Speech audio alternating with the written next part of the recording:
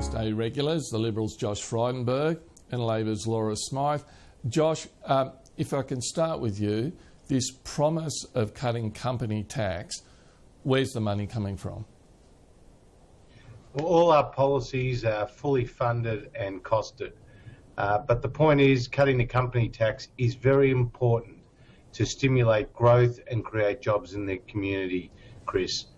Ken Henry's tax review, handpicked Ken Henry was by the Labor government to conduct a tax review, says that cutting company tax will boost productivity, boost prosperity, create jobs and increase growth. They are the words in the Henry tax review. And Australia's company tax rate is very high by world standards. In fact, the OECD average is around 24%. And as you pointed out, Australia's at 30%. So we are committed to cutting the company tax rate as a way of creating jobs and to boost productivity. All our policies, like this one, are fully funded, costed, and will be met within the constraints of the budget. Okay, you say it's fully costed, $2.5 billion a year. Does that mean that you have to find $2.5 billion worth of savings, or do you think it will stimulate the economy, will grow enough so it'll be able to absorb in the budget? You say it's fully costed, but please explain how. Well, like I said, there are things that we are cutting wasteful Labor spending on. We've said we won't go ahead with the school kids bonus. We've said we're going to shrink the size of the public service. There are a number of other announcements that we've made and we continue to make about the Labor Party's wasteful spending. And that money is used to fuel new initiatives like this one. But you're right, it will also increase the size of the economy by building greater productivity and growth. So it's a real winner for us. We believe it's long overdue. I remind you, Chris, that the Labor Party promised that they would also decrease company tax, but because they hashed the mining tax, they could never deliver it. So just like the Labor Party promises tax cuts but never delivers, we will deliver this tax cut and it will improve the health of the Australian economy. Okay, now I need to give you the opportunity to respond to what Kevin Rudd has said this morning, Josh. You heard him say that the coalition intends raising the GST or broadening the base to cover fresh food. Can you rule that out? Well, we're 2 days into the campaign and Kevin's getting extremely desperate. I mean, what a red herring this is, Chris. I mean, this is not only extremely dishonest and wrong, but it's a scare campaign. We have no plans to increase the GST, and Kevin Rudd knows that. But, he doesn't have much of a record to campaign on. He doesn't have many policies to articulate. So, of course, he's going to raise red herrings like this one. So we have no plans to lift the GST whatsoever. Okay, Laura Smythe, is Kevin Rudd running desperate, as Josh Frydenberg has suggested? Well, I think it's a valiant attempt by Josh to cover up the fact that, coincidentally this week we've heard from both John Howard and now it seems Joe Hockey in relation to the GST. It's no coincidence that John Howard would talk about Labor and at that time the Democrats during his term in office resisting the pressure, his pressure to put the GST onto fresh food, onto education, onto health.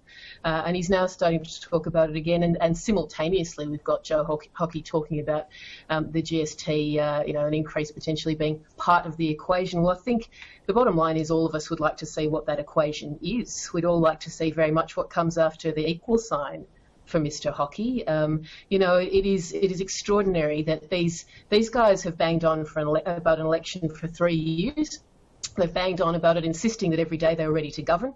And yet now when we are in an election campaign, we can't get their leader to debate. We can't get their local candidates to debate, in my case.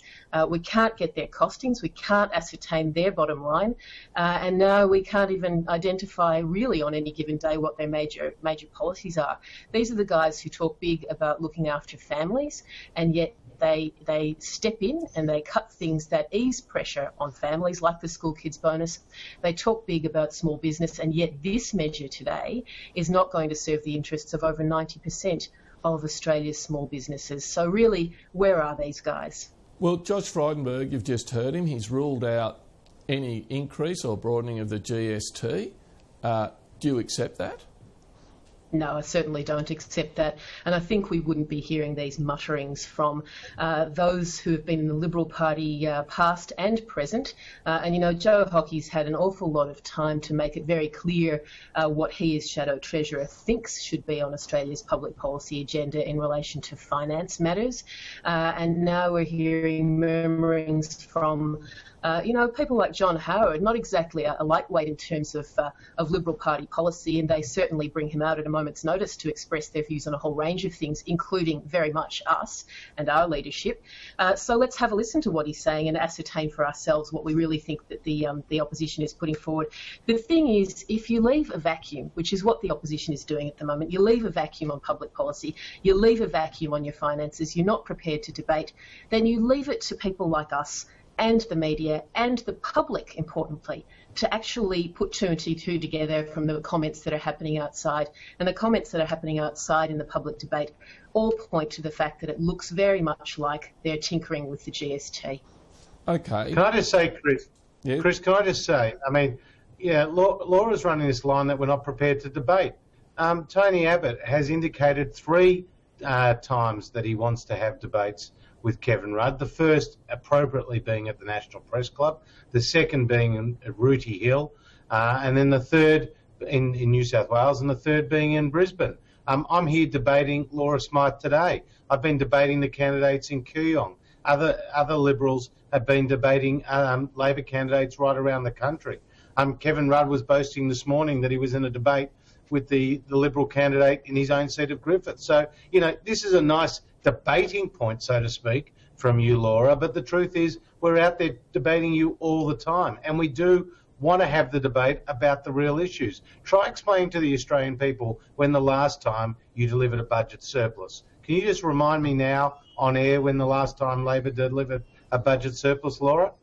Well, Josh Frydenberg, can I pick you up on that and ask you, given that this is yet another expensive election promise, when will the coalition government deliver a budget surplus? Well, as soon as we possibly can, and our track record is very strong, Chris, in this regard. We delivered 12 budgets when we were in government. 10 of them were in surpluses. The last 5 budgets of the Hawke and Keating governments were all deficits.